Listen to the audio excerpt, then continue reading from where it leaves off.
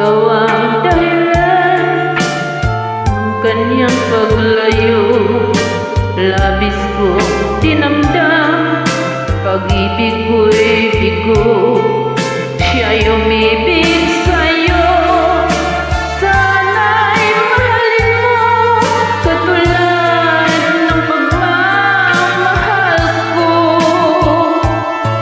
Nilimot niya ko nang dahil sa'yo, kaya kong tanggapin sapagkat palad ko ang paligaya.